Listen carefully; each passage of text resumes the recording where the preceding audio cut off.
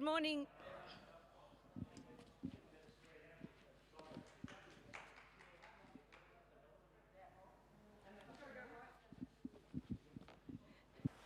Nice to see you all here this morning, and I'm excited to share my story. It's not really about me, it's about what God has done in and through me. So all glory goes to him.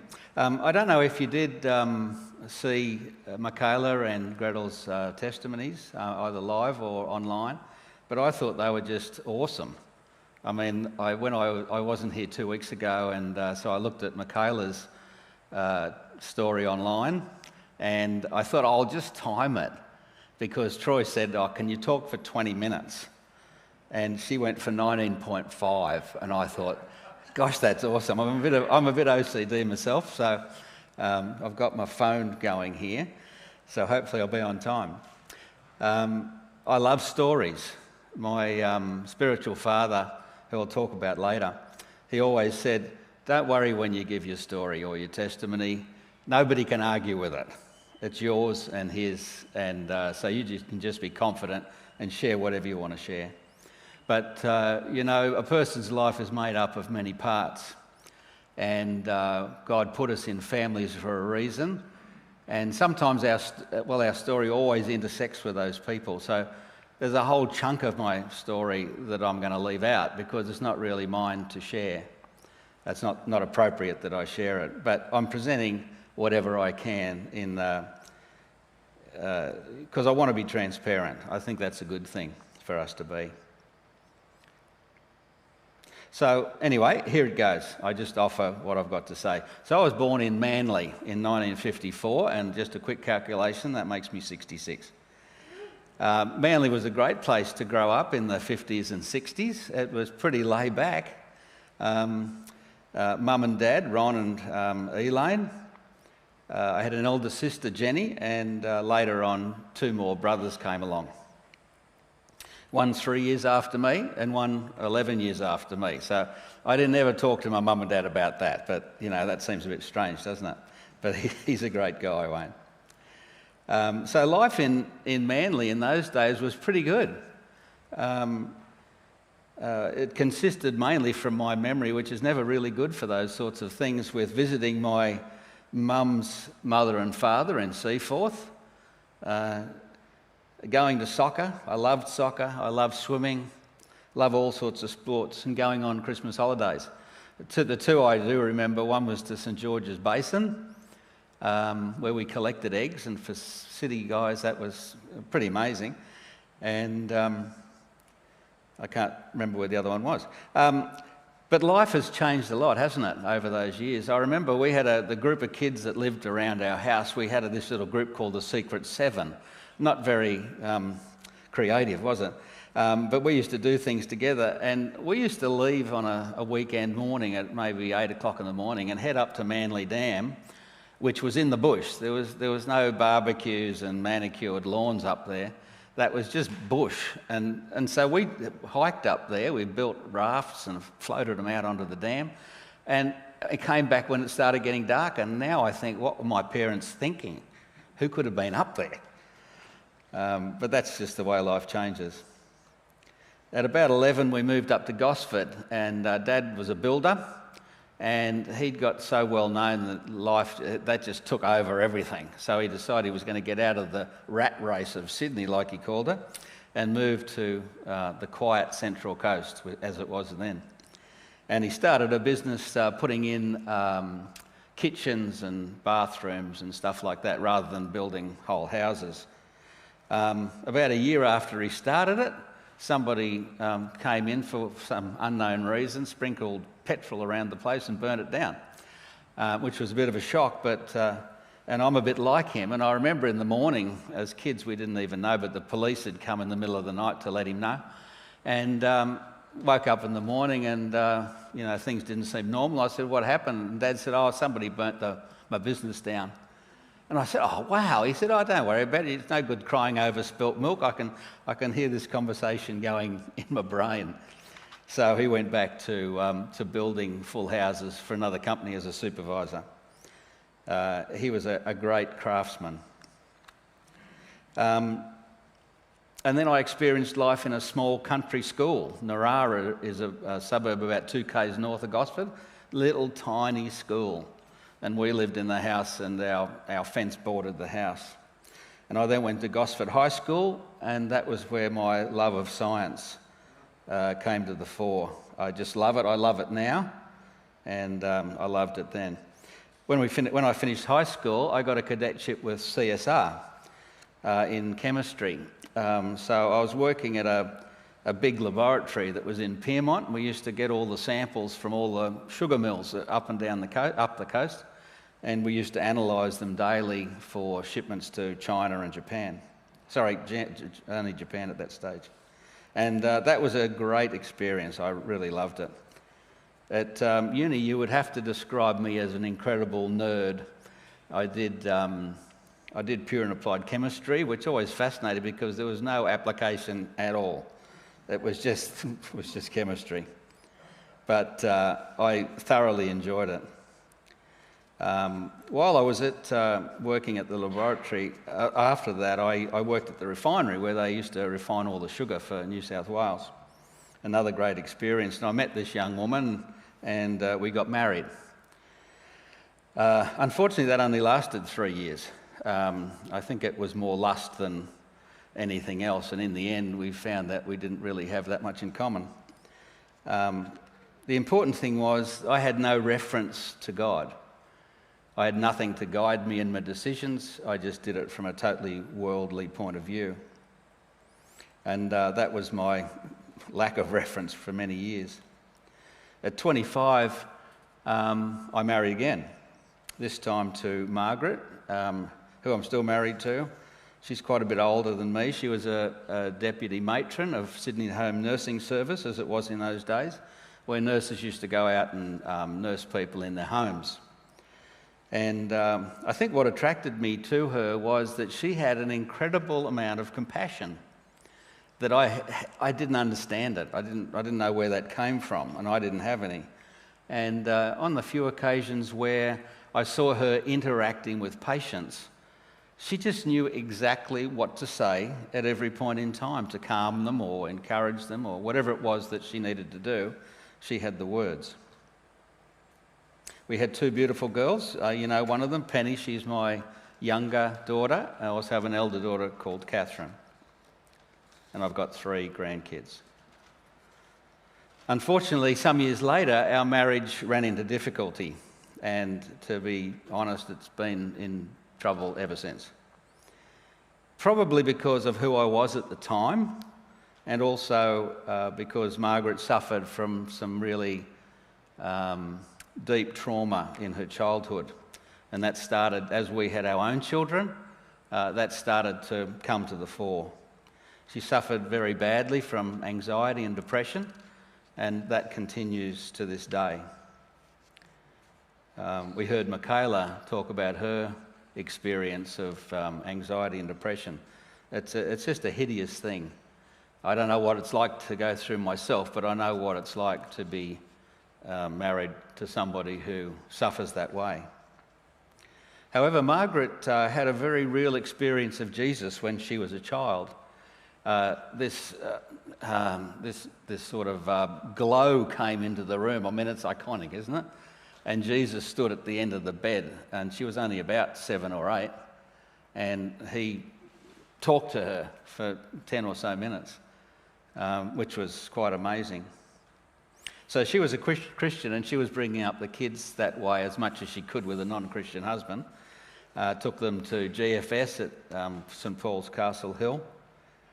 And at that stage, early 90s, a lot of people were out of work, and I was retrenched. Our company got bought and they restructured, and no need for Greg anymore. So I was unemployed for the first time in my life, and Margaret said, why don't you go, no, what she actually said was, you need to go down to the men's group down at St Paul's. I said, what? She said, yeah, they got this thing Out of the Trenches, it's called, for men who are unemployed. I said, really? I should do that? Anyway, she gave me this guy's name, Harry, and said, give him a call and have a chat to him. And he invited me to go and have coffee with him. Mind you, this is early 90s. Men didn't do that. Well, I just thought it was weird. I knew women did that sort of thing, but men never. Anyway, I went and chatted to him, really nice guy. He invited me to come down. They read the Bible. I hadn't read the Bible since I was in Sunday school as a 5-year-old. Well, and then I didn't read it, I just listened to it. And they prayed and they had breakfast and then we all went home. We encouraged the men who were applying for jobs, we encouraged and prayed for them. I didn't pray, but yeah, it was a good experience. He then invited me a couple of years later to go to a men's conference. And he'd been visiting me at work, a great evangelist, never lets go of anybody. Once he starts praying for you, you're on his list forever until you're in the kingdom. Or you're in heaven, one or the other. So I went to this thing and he said, come up. He invited me. I said, yeah, I'll go. I'm a bit of a compliant sort of person. I like to sort of please people. When it got closer and closer, I thought, gosh, what did I say yes to? So I said to him, listen, I don't think I'll come. He said, I can understand that. He said, just come up on Friday night as a guide giving a talk and then you can go home. And then maybe come back on Sunday because I'm talking. So I did all that. And the guy who talked on the Friday night, and I can tell that I'm going to run over time already, he was a high flyer, racehorses, hotels, lots and lots of money. Life just crumbled down around him. His family didn't like him. And God just sort of came into his presence one day.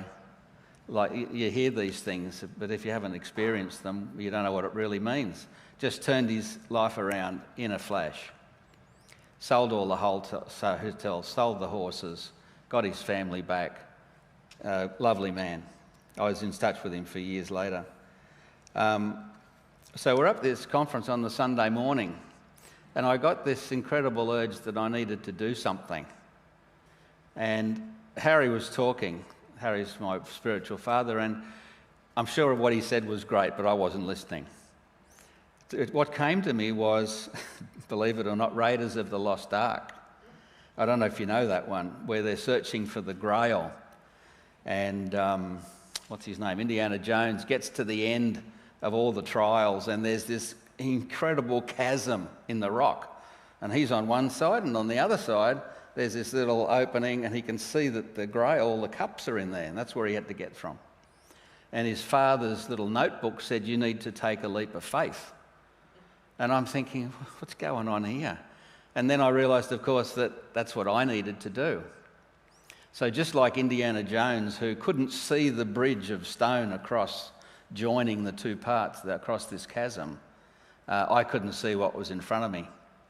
But I just decided on that morning, hang it, I'll just do it. So I stayed behind and prayed with Harry and gave my life to Jesus.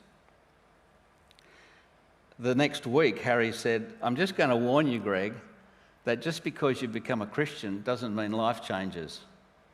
He said, in fact, you might find that life gets far more challenging. And that was my experience. He did tell me that Jesus would be with me in the midst of it, so that was kind of him. I didn't know what that meant anyway. From then on, God started to change me. I saw a little devotion from a mate of mine who's a pastor in the States the other day, and I thought this is really apt. And now I've got to find it so I can actually read it. It's out of Psalm 40, and it says, I waited patiently for the Lord to help me, and he turned to me and heard my cry. He lifted me out of the pit of despair, out of the mud and the mire. I'll just stop there. The thing that came to me as I read this the other day was that that's what he did to me. The only thing was I wasn't waiting patiently because I didn't know the Lord. He came out of nowhere and rescued me. And that just came to me as just something amazing. You don't even have to ask the Lord to come in. If he chooses to do so, he just does it, thankfully. Margaret and I struggled on, but life was difficult. The first verse that God was kind enough to give me was this one. Do not conform to the pattern of this world, but be transformed by the renewing of your mind. Now, a lot of people have that verse as one of their favourites, but what did it mean to me? I was so worldly. I was tied up in science and all this sort of stuff. I was arrogant. I thought I was much better than I actually was.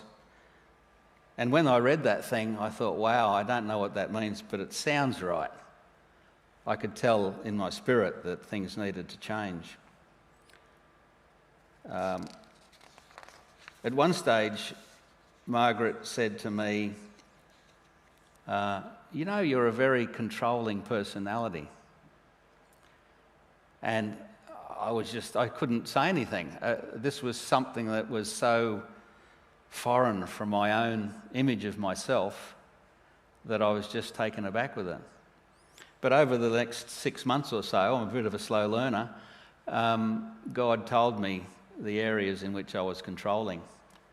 Not that my motive was wrong, but I was controlling nonetheless. And that was those two things, getting this verse and him telling me about my controlling nature, were the first real touches of God that I actually acknowledged. Subsequent to that, we decided that I should leave the family home. Things had gotten so bad that I should leave home. And that was probably the most difficult day of my life. I remember driving up Glenhaven Road in my car. I don't know how I got there because I had tears streaming down my eyes. I couldn't see the road. But I made it. I had a good friend that I'd met, and he and his wife took me in originally for 3 months while I found another place, and ended up for 5 years. But there you go. The next time God touched me, I was sitting at this couple's house early in the morning, and I used to sit at this little picnic table and read my Bible, and I read this verse. I am the way, the truth, and the life. And I'm a pretty unemotional sort of person. My dad was an unemotional sort of guy as well. But as I read those words in my mind, they somehow were different than the 100 times I'd read it previously. And I just burst into tears. I don't know why, but I think we have a spirit inside us, don't we? And when that connects with God's spirit, all sorts of amazing things happen. I can tell I'm going to have to cut some of this out. You probably know from previous talks with missions that I've been involved in prison ministry, which is a great discipleship. I was involved in men's ministry for many years, and I was involved in a church plant just down the road in Kellyville for 8 years.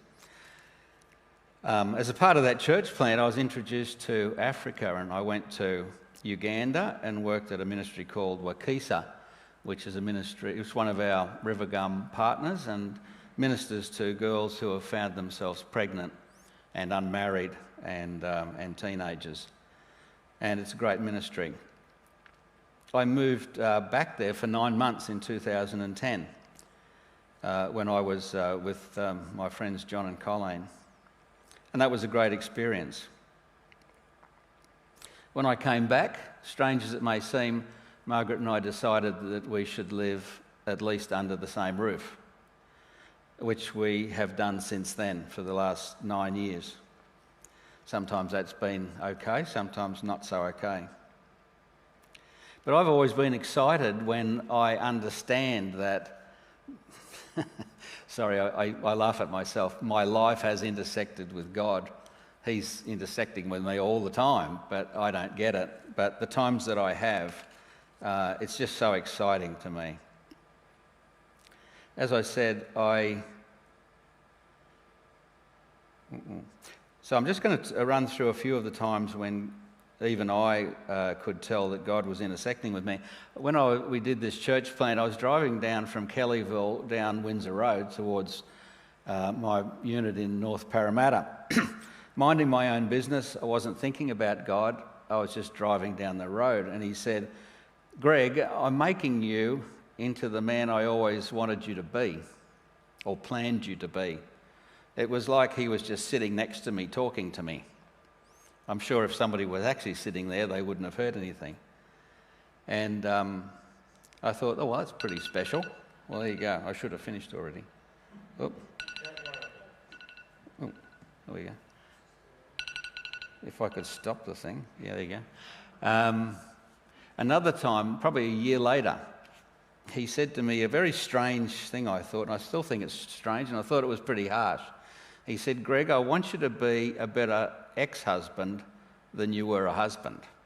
And I thought, wow, that is harsh. For one, I'm still married, but in legal ways only.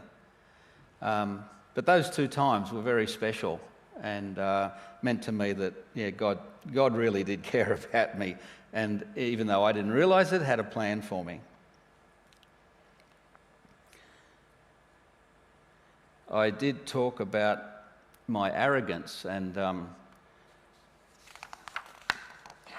actually, let's miss that one. Oop. That's sorry. This one. This is another passage that I think God gives people passages, doesn't he? Because he knows that they're going to mean something to them. And I read this one very early on. Where is the wise person? Where is the teacher of the law? Where is the philosopher of this age? Has not God made foolish the wisdom of this world? And it just hit me like an arrow going through my heart, that all this arrogance I had because I was a chemist and scientist and blah, blah, blah, nothing exceptional really, but it was to me. And that really started me working on that. And I think that's what he wants us to do with us, isn't he? He wants us to work on those things that he reveals to us. Sometimes it's painful, but it's exciting. That doesn't look very good. Does it look better on the screen? Does she look short and stubby? No, good. This is Jane. I met her in 2010, and I immediately noticed that she was somebody who had something different about her. She was quite calm, she was very intelligent. Anyway, I'd always wanted to get in touch with her again, but it's very easy to lose touch with people in Uganda. It's not as if they have an address or anything. But I bumped into her in a crowded market in 2017, and she saw me, apparently just called out to me.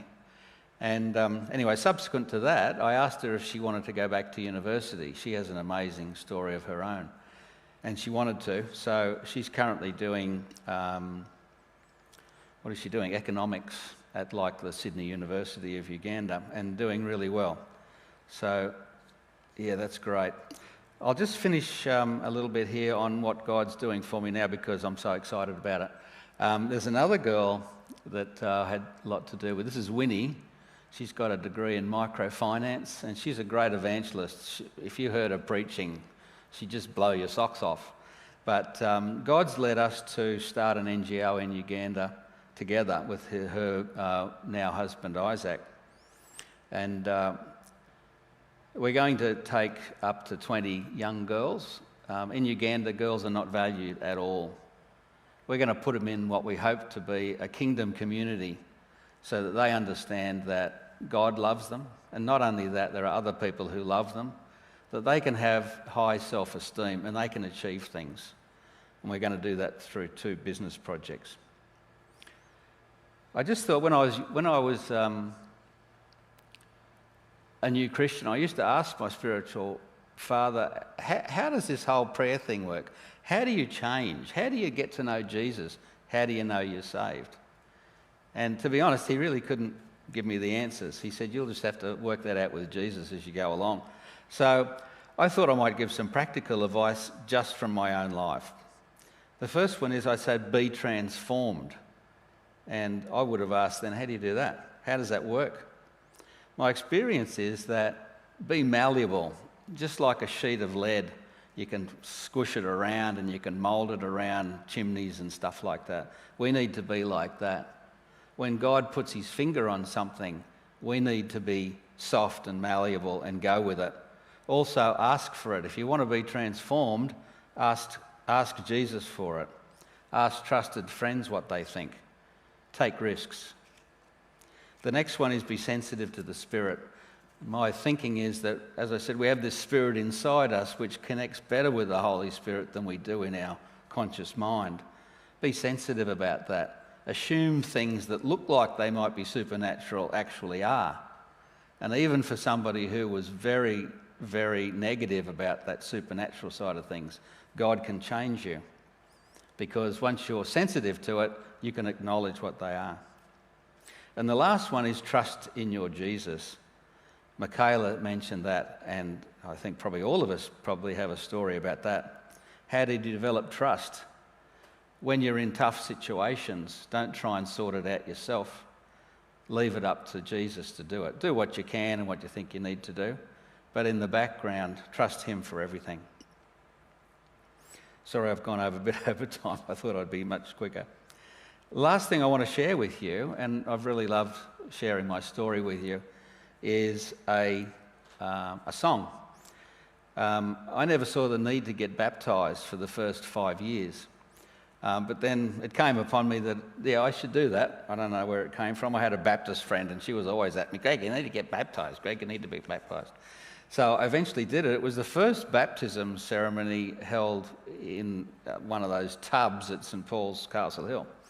Had some amazing people getting baptised at the same time, but that's another story. And this is the song that they played. I call it my baptism song. So thanks, Kev, for digging it out for me and for agreeing to play it. And thank you, everyone, for listening.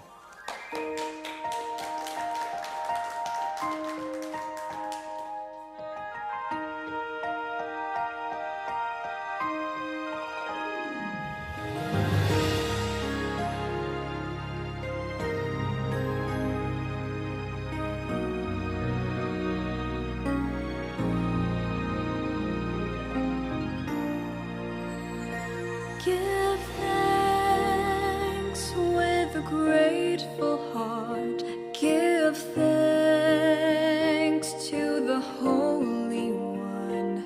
Give thanks because He's given Jesus Christ, His Son. Give thanks with a grateful heart.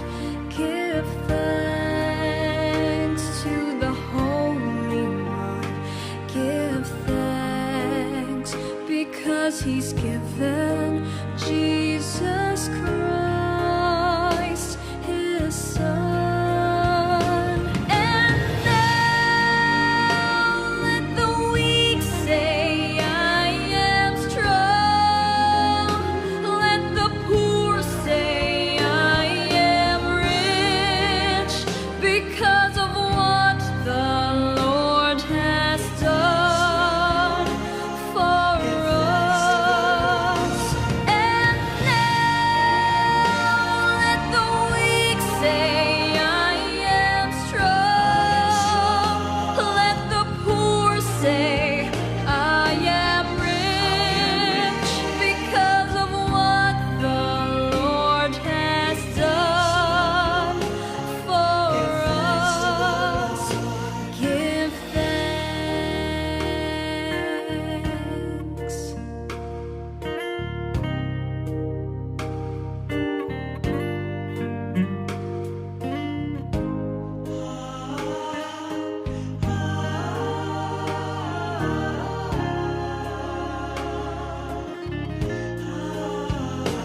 Give thanks with a grateful heart. Give thanks to the Holy One. Give thanks because He's given